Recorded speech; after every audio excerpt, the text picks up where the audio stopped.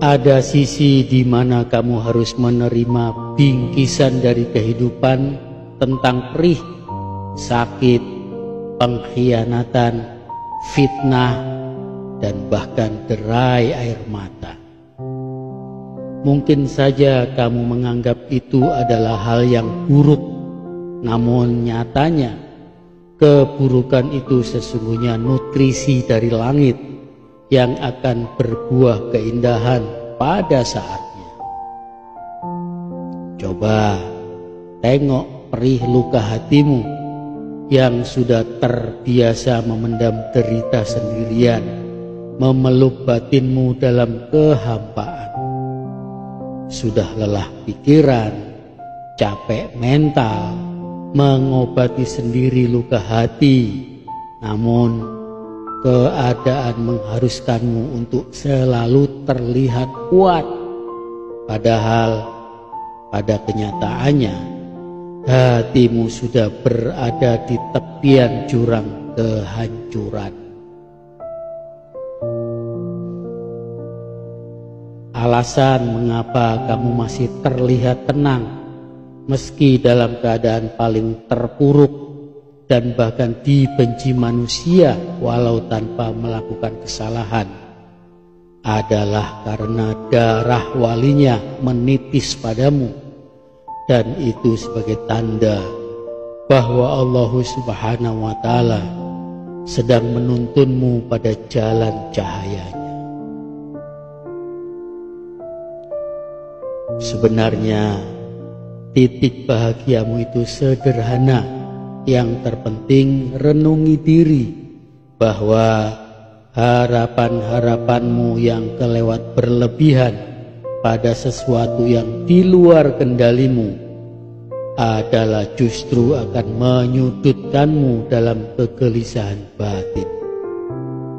Karena itu, jika kamu sedang merasakan kegembiraan, maka luapkan gembiramu itu seadanya saja.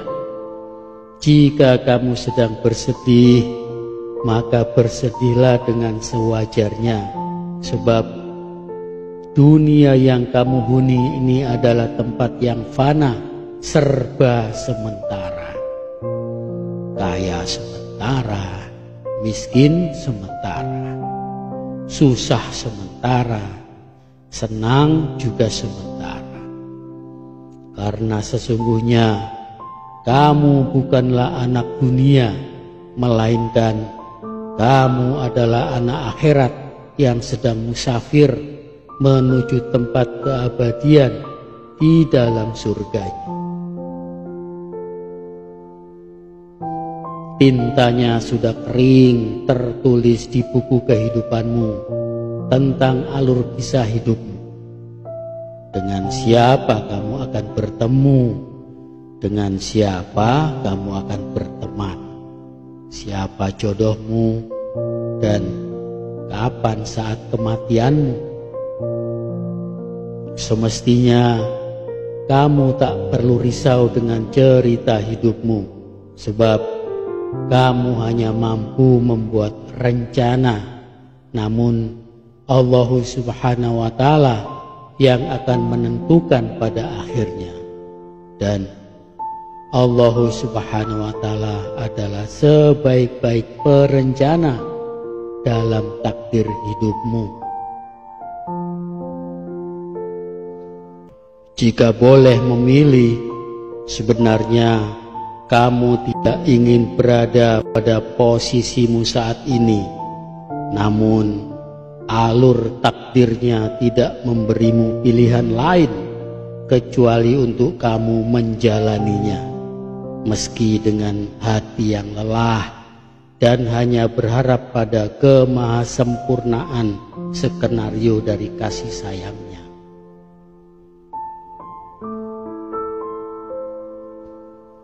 Betapa penatnya batinmu, rasa-rasanya baru terasa bahagia sejenak, lalu sudah ambruk lagi dalam pedihnya luka hati.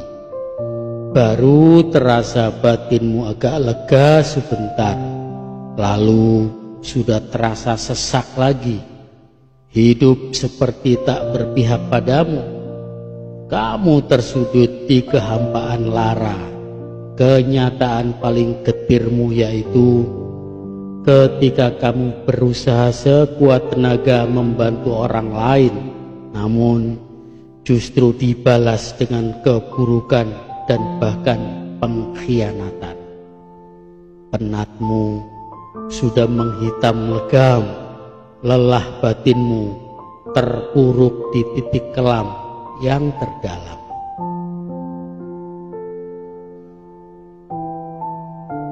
Namun, barangkali kamu belum memahami bahwa setiap hal yang baik dalam dirimu pernah menjadi begitu menyakitkan. Jiwamu yang terlihat tegar pernah menjadi serpihan jiwa dalam kehancuran. Di balik sikap bijakmu, kamu pernah menjadi kecewa dengan segunung rasa bersalah. Dan setiap jejak indah dalam hidupmu ada perjuangan yang tak kenal kata menyerah.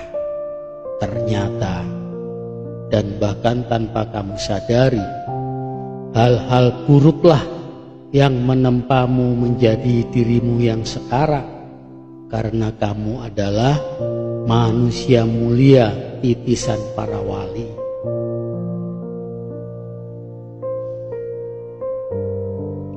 Bahkan kamu tidak tahu lagi bagaimana cara membedakan apakah kamu sedang baik-baik saja atau malah sebaliknya.